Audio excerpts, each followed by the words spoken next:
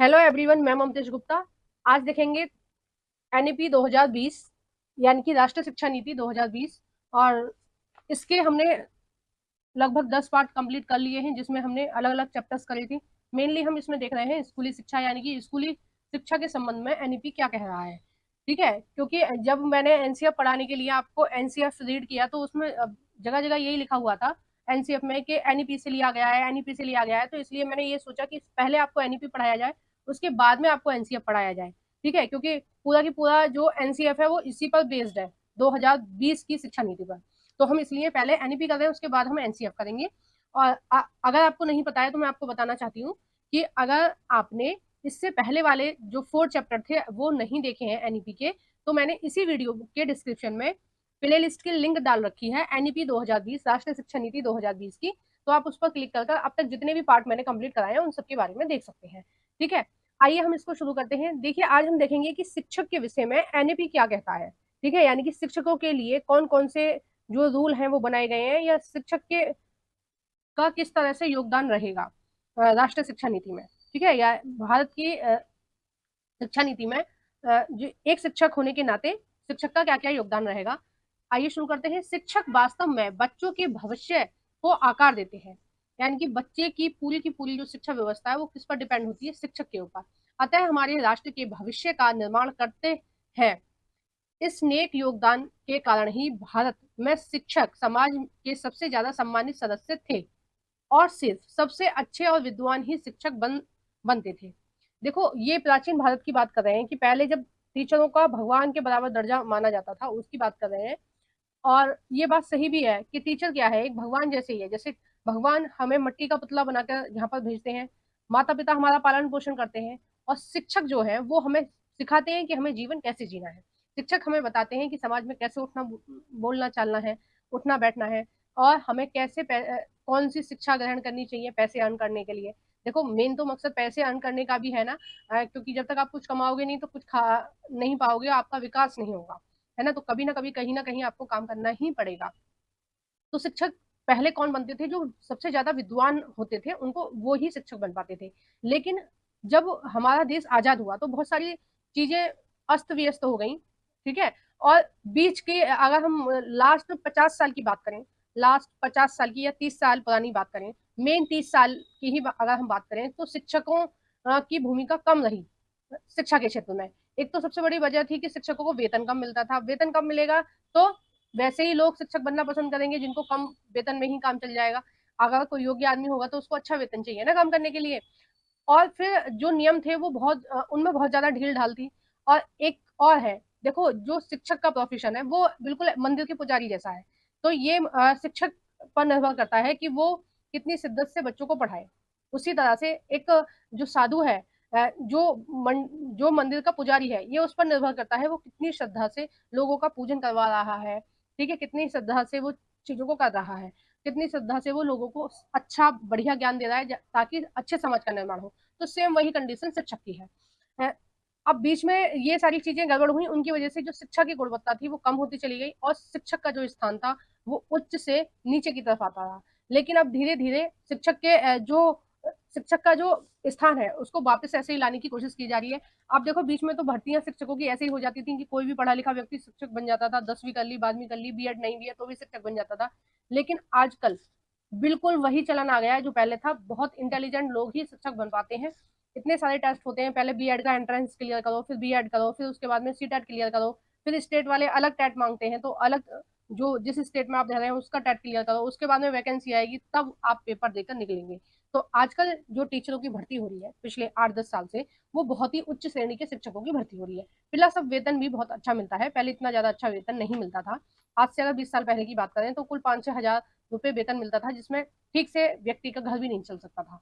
लेकिन अब सब कुछ ठीक है, और इस शिक्षा नीति के द्वारा और ज्यादा शिक्षकों पर ध्यान दिया गया है, ताकि अगर सरकार शिक्षकों का ध्यान रखेगी तो शिक्षक अपने काम पर ध्यान देंगे और वो बच्चों का ध्यान रखेंगे।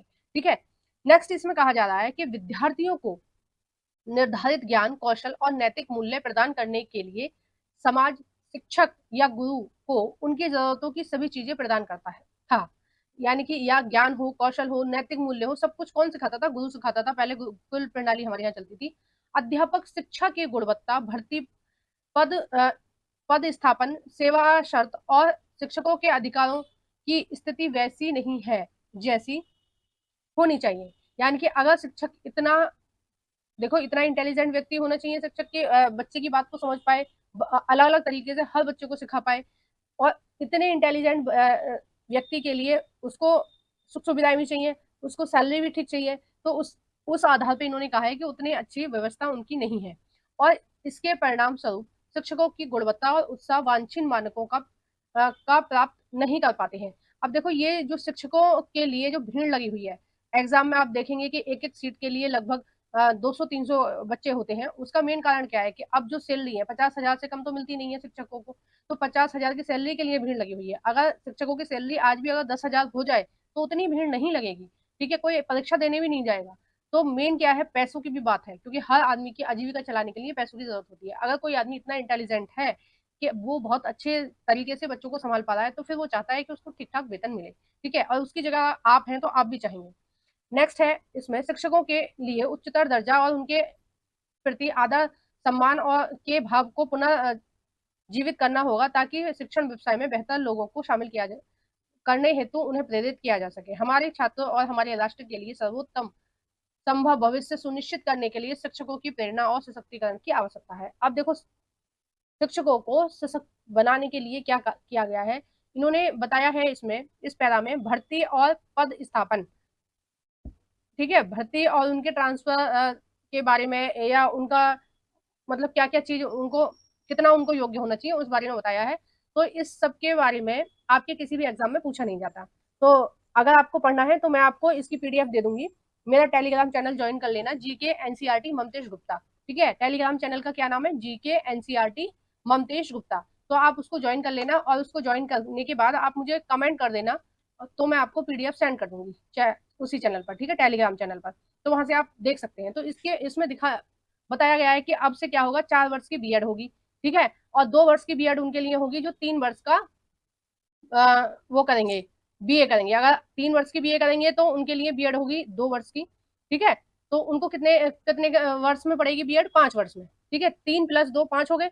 अगर 4 वर्ष की में लेंगे एडमिशन 12वीं के बाद, अगर 4 वर्ष की में लेंगे तो 4 वर्ष में बीएड भी हो जाएगी, और प्लस आपकी वो भी हो जाएगी, बीए भी हो जाएगी। तो इसको लेने में ज्यादा फायदा है। अगर आपने पूरी तरह से फुल प्लान कर रखा है कि आपको टीचर ही बनना है, तो 4 वर्ष की करने में फायदा है, ठीक है। एक तो आपका 1 साल बचेगा, दूसरा ये है कि आपको विषय का कोई झंझट नहीं रहेगा। कई बार क्या होता है, आप गलत विषय से बीएड कर लेते हैं और बाद में आपको समस्या होती है, और आप इतनी एजुकेशन के बाद भी कहीं अच्छे शिक्षक नहीं बन पाते हैं, ठीक है। और एक चीज पर इन्होंने और जोर दिया है, जो कि मैंने आपको पिछले पार्ट में कराया था, कि ये स्थानीय शिक्षकों की भर्ती करेंगे। यानी कि जिस एरिया का स्कूल है उसी एरिया के शिक्षक की भर्ती होगी, ठीक है। जैसे यूपी का जिस जिले में स्कूल के लिए शिक्षकों की भर्ती होनी है, उसी जिले के बच्चों की भर्ती होगी। समझ में आ गया ना। जैसे मान लो मैं बुलंदशहर जिले की हूँ, तो बुलंदशहर जिले में भर्ती होनी है किसी स्कूल में, तो बुलंदशहर जिले के ही जो बच्चे हैं वो ही फॉर्म भर पाएंगे, वही शिक्षक फॉर्म भर पाएंगे, और उनकी ही भर्ती होगी। दिल्ली या अदर स्टेट के या अदर जगह के नहीं भर पाएंगे, ठीक है। इससे क्या होगा कि वो बच्चों की समस्या को समझ पाएंगे, क्योंकि अब भाई उनको पता है, वो रहे हैं उस स्थान पे कि बच्चे किस तरह से सीखेंगे, क्या सीखेंगे, फिर उनकी स्थानीय भाषा को समझ पाएंगे, बच्चे अपनी बातों को सही ढंग से रख पाएंगे।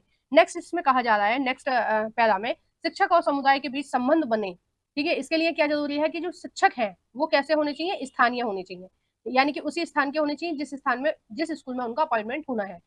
इससे क्या फायदा होगा, शिक्षक और समुदाय के बीच संबंध बनेंगे, क्योंकि उनकी जो शिक्षकों की भाषा होगी और जो बच्चों की भाषा होगी वो एक ही होगी, और वह अपने समुदाय से जुड़े रहें, जिससे विद्यार्थियों को रोल मॉडल और शैक्षिक वातावरण मिलेगा, ठीक है। यानी कि एक तो ये भी होता है ना कि अगर आपके मोहल्ले में कोई एक अच्छी पोस्ट पर पहुंच जाए तो आप कैसे बनना चाहोगे, उसकी तरह ना, कोई एक अच्छा शिक्षक बन जाए, प्रोफेसर बन जाए, डॉक्टर बन जाए, इंजीनियर बन जाए, तो बाकी के जो छोटे बच्चे हैं वो क्या सोचेंगे कि हम इसकी तरह बनेंगे, ये जैसे इन भैया ने पढ़ाई करी है वैसे हम बनेंगे, जैसे इन दीदी ने पढ़ाई करी है वैसे ही हम बनेंगे। तो ये इस तरह की भावना भी रहेगी, ठीक है। अगर कोई दूसरे शहर का बंदा आपके यहाँ टीचर है तो बच्चों को क्या लगेगा कि भाई हम लोग नहीं बन सकते, क्योंकि हमारा जो वातावरण है वो ठीक नहीं है, हमारे शहर का कोई भी जो व्यक्ति है वो टीचर नहीं है, कोई इंजीनियर नहीं है, वो उनके अंदर हीन भावना आएगी। इससे क्या होगा, उनके अंदर एक कॉन्फिडेंस आएगा कि हमारे शहर के इतने बच्चे ने ये किया है तो हम भी कर सकते हैं, ठीक है। जब हम दूसरे शहर में जॉब करते हैं तो एक तो ना तो दूसरे शहर के लोग हमें जान पाते हैं, और ना हमारे शहर के लोग जान पाएंगे कि हम किस क्षेत्र में आगे निकल रहे हैं। ठीक है, देखिए नेक्स्ट इसमें क्या कहा जा रहा है, मॉडल और शैक्षिक वातावरण मिले, इससे सुनिश्चित करने के लिए अत्यधिक शिक्षक स्थानांतरण की हानिकारक प्रैक्टिस पर रोक लगाई जाएगी। यानी कि ये जो बहुत ज्यादा ट्रांसफर होते हैं इनकी इस पर रोक लगाई जाएगी। राज्य और केंद्र शासित प्रदेश प्रदेश सरकारों द्वारा निर्धारित तरीके से स्थानांतरित बहुत ही विशेष परिस्थितियों में किया जाएंगे, यानी कि बहुत कम ऐसा होगा जब ट्रांसफर करे जाएंगे।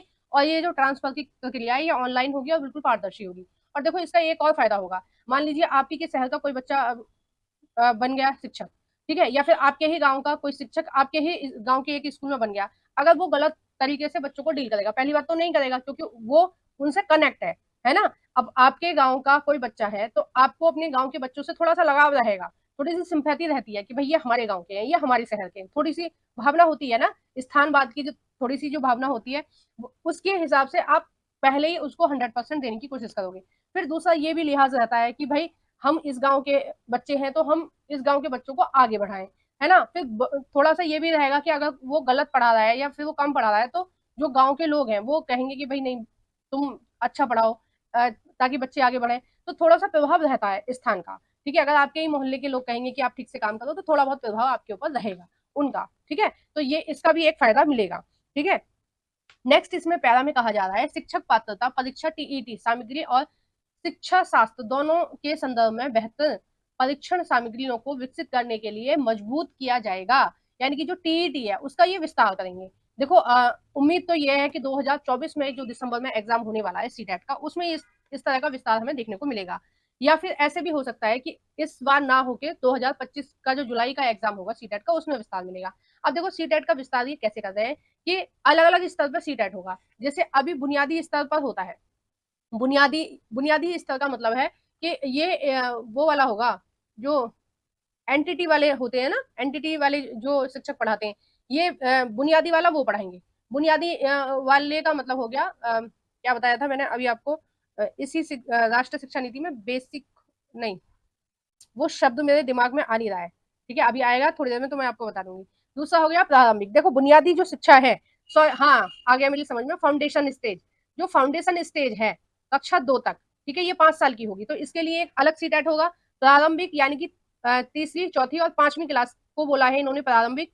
ठीक है, तो 3 साल के लिए इसके लिए सीटेट अलग होगा। मिडिल जो है वो 3 साल की है, 6th 7th और 8th क्लास की। ठीक है, पेपर 2 जो अभी फिलहाल में होता है सीटेट का, उसके लिए अलग सीटेट होगा और माध्यमिक के लिए अलग सीटेट होगा। माध्यमिक का मतलब होता है जो पीजीटी की जो पोस्ट होती है उसके लिए अलग होगा। तो ये कितने साल का होगा माध्यमिक, 4 साल का, 9वीं से 12वीं तक। तो इन सब के लिए टीजीटी अलग अलग होगा ताकि अच्छे और बढ़िया टीचर बच्चों को मिल सके। ठीक है, देखो जो जो इंपॉर्टेंट है ना मैं वही करा रही हूँ, आपको सारा नहीं करा रही हूँ, इसलिए बहुत ज्यादा चीजों को मैं स्क्रॉल करती जा रही हूँ क्योंकि जितना आपके एग्जाम में आएगा उतना ही पढ़ना सही है।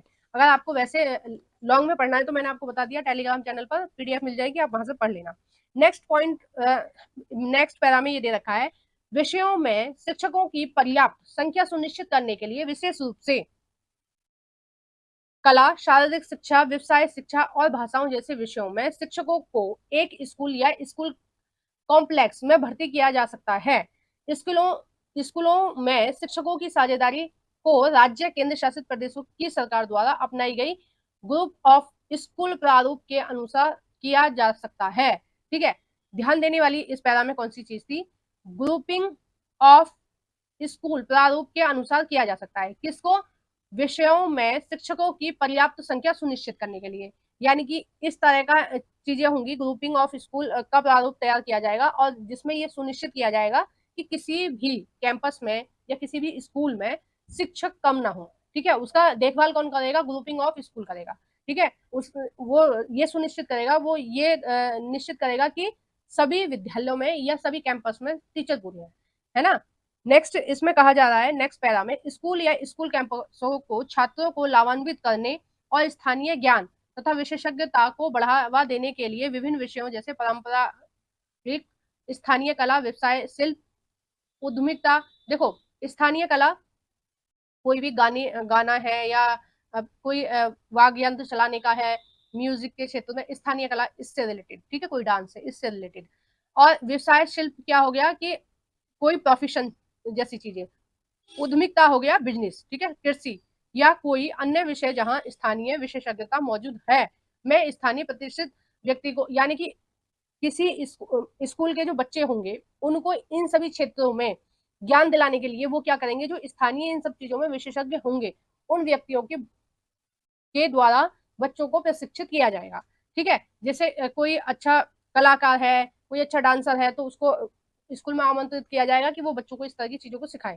ठीक है, कोई व्यवसाय में अच्छा है व्यक्ति, ठीक है, प्रतिष्ठित व्यक्ति है, अच्छा है, तो उस बीच बीच में उनको बुलाया जाएगा ताकि बच्चे उन सब चीजों को समझ सकें। ठीक है, नेक्स्ट इसमें कहा जा रहा है, अगले पैरा में जो कहा गया है कि किस तरह से जो पद रिक्त होंगे उनके उन पर किस तरह से भर्ती होंगी। ठीक है, अब भर्ती की बात इसलिए कही गई है ताकि शिक्षक अगर पूरे होंगे तो पढ़ाई अच्छी से अच्छी पढ़ाई होगी बच्चों की। ठीक है, नेक्स्ट जो हेडिंग है वो है सेवा काल के दौरान कार्य संस्कृति और वातावरण, यानी कि ऑन ड्यूटी टीचर की क्या क्या रिस्पॉन्सिबिलिटी है, ये वो है।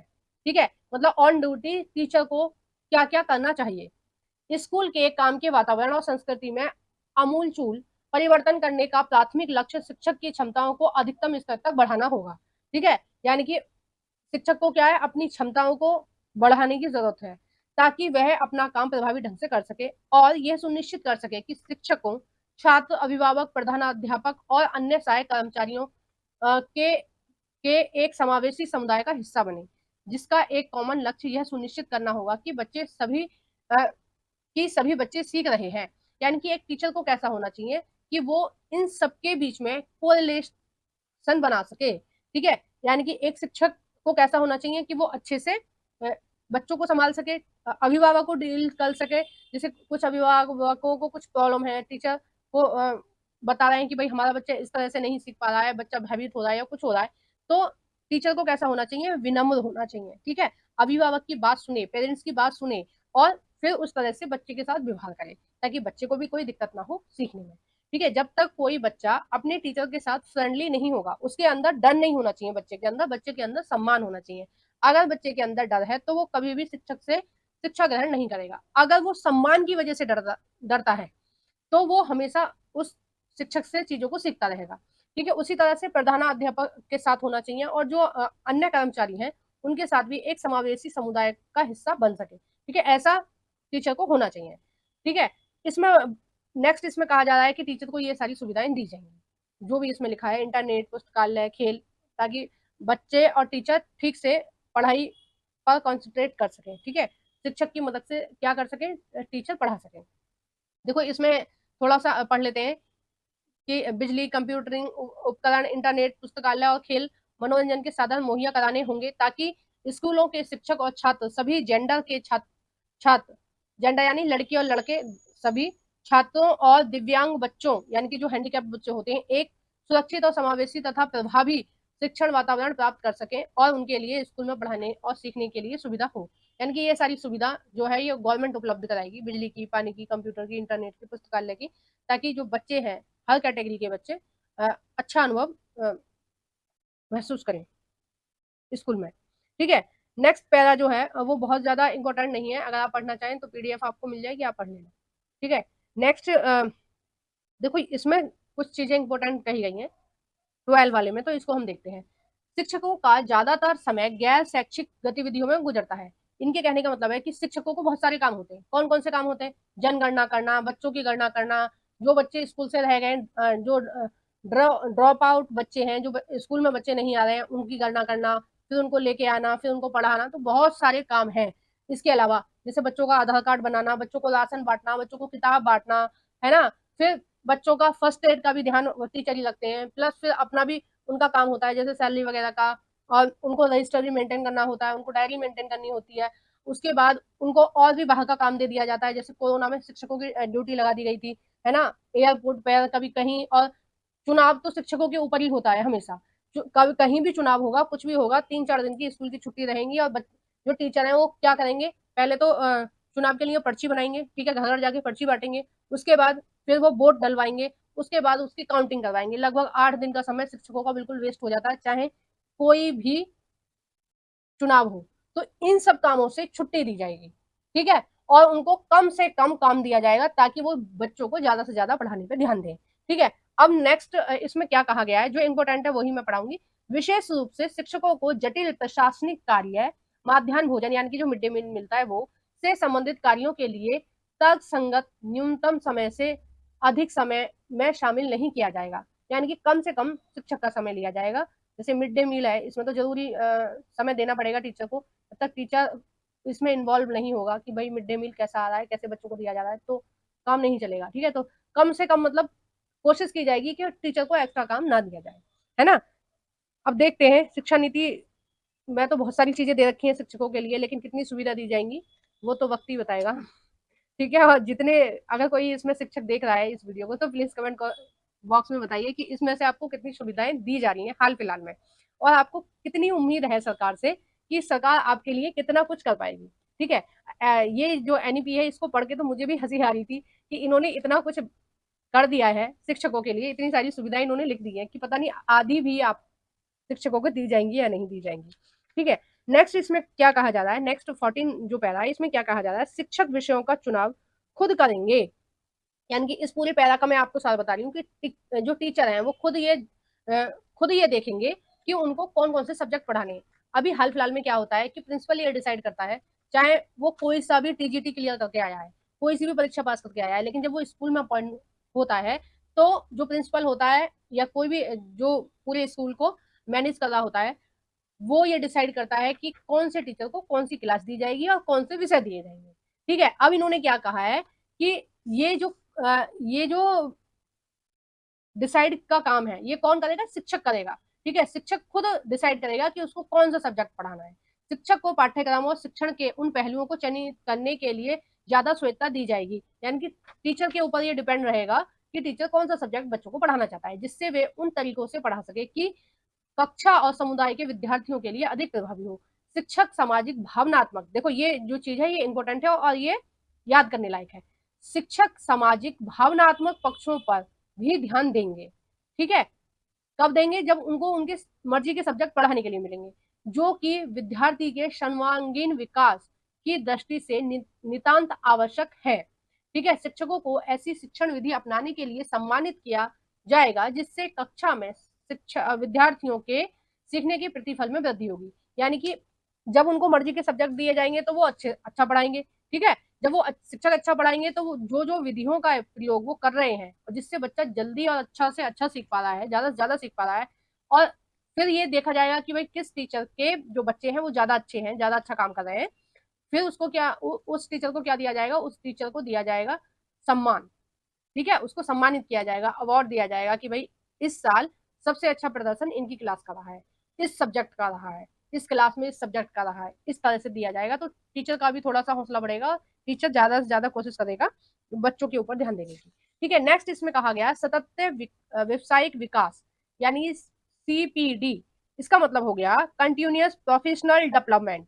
ठीक है, सतत व्यवसायिक विकास यानी कि किस तरह से शिक्षक को और ज्यादा गुणवान बनाया जाएगा, किस तरह से शिक्षक में क्वालिटीज डेवलप करी जाएंगी।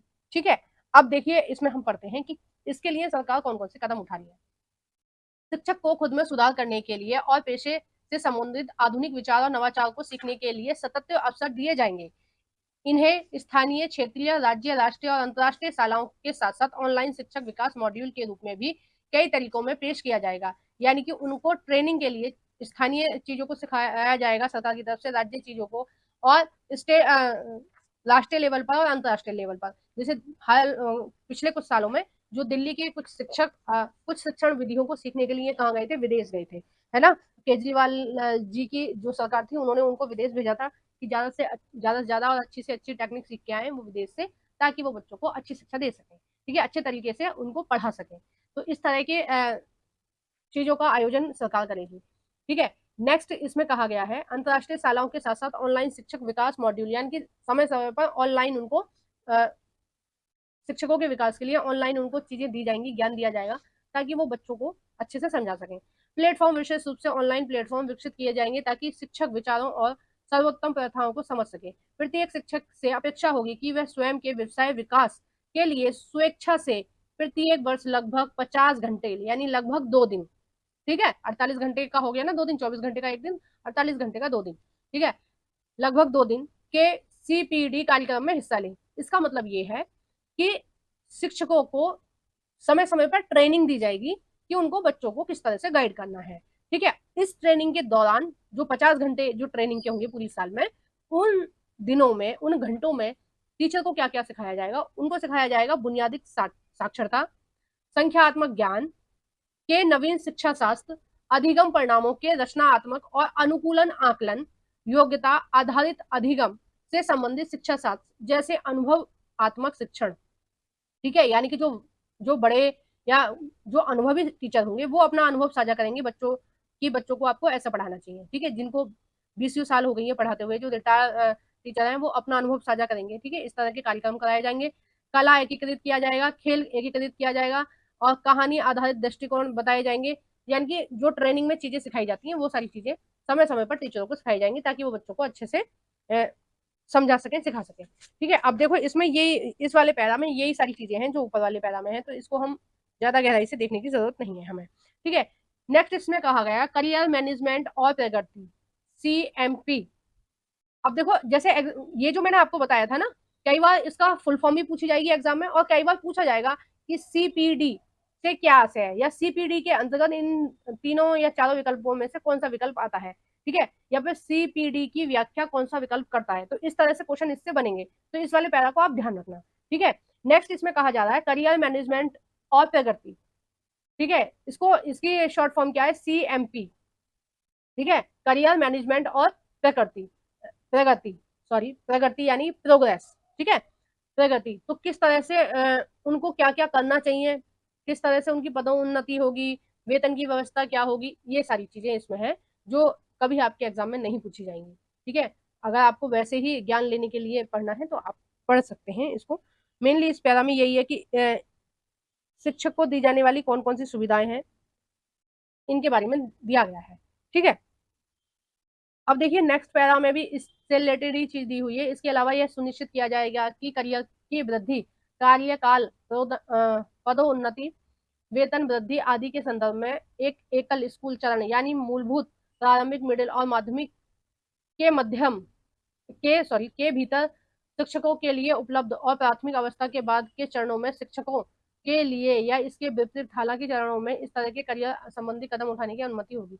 तो ये ऐसा कुछ खास है नहीं। ठीक है, एग्जाम में तो इससे रिलेटेड है नहीं, तो इसको हम छोड़ देते हैं पूरे को ही, करियर और मैनेजमेंट को। ठीक है, और नेक्स्ट इसमें दे रखा है शिक्षकों के लिए व्यवसायिक मानक। तो इसमें भी कुछ ऐसा इंपॉर्टेंट नहीं है, शिक्षक के बारे में ही दे रखा है कि जो जो सुविधाएं या जो जो अपेक्षाएं टीचर से की जा रही हैं उसके बारे में। ठीक है, तो हम इन दोनों को छोड़ देते हैं। जो मोस्ट इंपॉर्टेंट है वो है विशिष्ट शिक्षक। ठीक है, ये एग्जाम में पूछा जाएगा तो इसलिए हम इसको बहुत अच्छे से डिस्कस कर लेते हैं।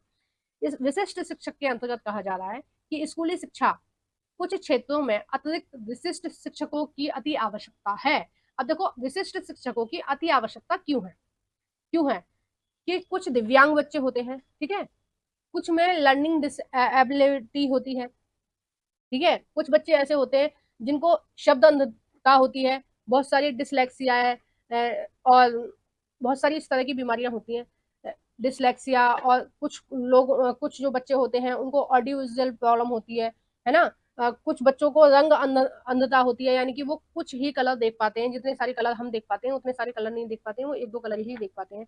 तो इस तरह के जो बच्चे होंगे, कुछ होते हैं बहुत ज्यादा गुस्से वाले बच्चे, चिड़चिड़े वाले बच्चे, कुछ जो होते हैं उनमें थोड़ा दिमाग कम होता है, मतलब वो नॉर्मल बच्चों की तरह नहीं समझ पाते हैं, जल्दी से नहीं समझ पाते हैं, उनकी देर में समझ में आता है चीजें। कुछ होते हैं विकलांग बच्चे, है ना। तो इस तरह से जो लर्निंग बिल्कुल सामान्य रूप से नहीं कर सकते हैं, जो सामान्य बच्चों की तरह बिहेव नहीं कर सकते हैं, उन बच्चों को पढ़ाने के लिए विशिष्ट शिक्षकों की जरूरत है।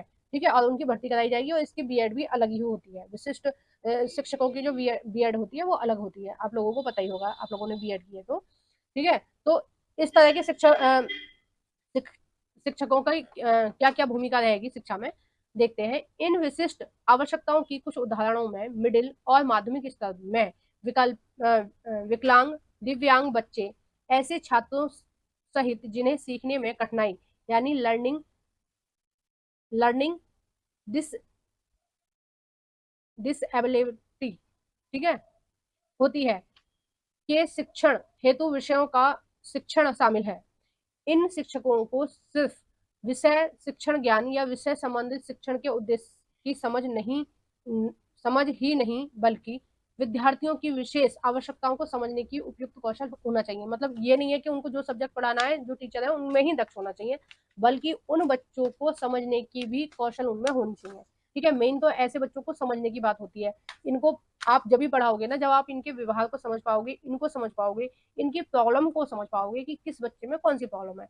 किसी बच्चे में देखने से संबंधित प्रॉब्लम है, कोई बच्चा सुन नहीं पा रहा है ना, इस तरह की जो प्रॉब्लम है, तो इनमें क्या है, चाहे विषय जो टीचर है उसमें विषय से संबंधित जो क्वालिटी है उनके होने के साथ साथ उसके अंदर क्या होना चाहिए, वो विद्यार्थियों को भी समझ सके। ठीक है, ये कौशल भी होना चाहिए, यानी कि पढ़ाना तो उसको आना ही चाहिए, अपने सब्जेक्ट की तो उसको जानकारी होनी चाहिए, साथ ही बच्चों को समझने का कौशल भी होना चाहिए। ऐसे बच्चों के लिए इन्होंने क्या किया है, क्षेत्रों में विषय शिक्षक और सामान्य शिक्षकों को उनके शुरुआती दौर या फिर सेवा पूर्व शिक्षकों की तैयार होने के बाद द्वितीय विशेषज्ञता विकसित की जा सकती है। इसके लिए शिक्षकों को सेवाकालीन या पूर्व सेवाकालीन मोड में पूर्वकालिक या आंशिक, यानी कि पार्ट टाइम या फुल टाइम या मिश्रित कोर्स बहुविषयक महाविद्यालय और विश्वविद्यालयों में उपलब्ध कराए जाएंगे। यानी कि इनकी ट्रेनिंग अलग से होगी। ये जो टीचर होंगे ना, जो कुछ कमजोर बच्चे हैं या किसी तरह से जो विकलांग बच्चे हैं, उनको पढ़ाने के लिए इनकी ट्रेनिंग अलग से होगी। ठीक है, या पूर्वकालिक होगी या आंशिक कालिक होगी। ठीक है, या फिर ऑप्शन में इन विषयों को पढ़ाया जाएगा ताकि जो टीचर हैं वो इस तरह के बच्चों को समझ सकें। योग्य विशेष शिक्षक जो विषय शिक्षण को भी संभाल सकते हो कि पर्याप्त उपलब्धता सुनिश्चित करने के लिए एनसीटीई और आरसीआई के पाठ्यक्रम के बीच व्यापक तालमेल को सक्षम किया जाएगा। ठीक है, अब नेक्स्ट इसमें दे रखा है शिक्षा के विषय, जो शिक्षक है उसको कौन कौन से सब्जेक्ट और किस तरह से लेना चाहिए, किस तरह से उसको पढ़ना चाहिए। यानी कि एक तरह से जो शिक्षक की क्वालिफिकेशन है वो किस तरह की होनी चाहिए। ठीक है, इस पूरे पैरा में ये है, तो ये भी किसी भी एग्जाम में आपसे पूछा नहीं जाएगा, तो इसलिए हम इसको डिस्कस नहीं करेंगे। ठीक है, नेक्स्ट हम देख लेते हैं। देखो, नेक्स्ट है समावेशी शिक्षा। मेन क्या है, समावेशी शिक्षा, और समावेशी शिक्षा को हम करेंगे नेक्स्ट पार्ट में। ठीक है, तो अगर अभी तक आपने मेरे चैनल को सब्सक्राइब नहीं करा है तो प्लीज मेरे चैनल को सब्सक्राइब कर दीजिए। एनईपी के साथ साथ मैंने सीटेट की तैयारी भी कराई है अपने यूट्यूब चैनल पर, एनसीईआरटी ममतेज गुप्ता जो यूट्यूब चैनल है उस पर। ठीक है, उसी पर ये आप वीडियो देख पा रहे होंगे यूट्यूब चैनल पर, और फेसबुक पे भी कुछ चीजें डाली जाती हैं। लेकिन अगर आपको सीरियसली पढ़ाई करनी है तो आपको मेरा यूट्यूब चैनल जो है वो सब्सक्राइब करना पड़ेगा, तभी आप बहुत अच्छे से और सीरियसली पढ़ पाएंगे। तो हम सीटेट की बात कर रहे थे। सीटेट के लिए मैंने प्रीवियस ईयर 10 ईयर करा दिए हैं और सारे पेपरों को बहुत डिटेल में कराया है। उस जो सीटेट के प्रीवियस पेपर हैं उनकी भी प्लेलिस्ट की लिंक आपको इसी वीडियो के डिस्क्रिप्शन में मिल जाएगी, वो भी आप देख सकते हैं। और मैंने 6th 7th और 8th क्लास की हिस्ट्री, ज्योग्राफी और पॉलिटिकल साइंस एनसीईआरटी को बहुत ज़्यादा डिटेल में कराया है, उन सबको भी आप देख सकते हैं। और जो भी फ्रेंड आपके किसी भी टीचर एग्जाम की तैयारी कर रहे हैं, उन सभी फ्रेंडों के साथ मेरी इस वीडियो को शेयर कर देना। Thank you for watching everyone.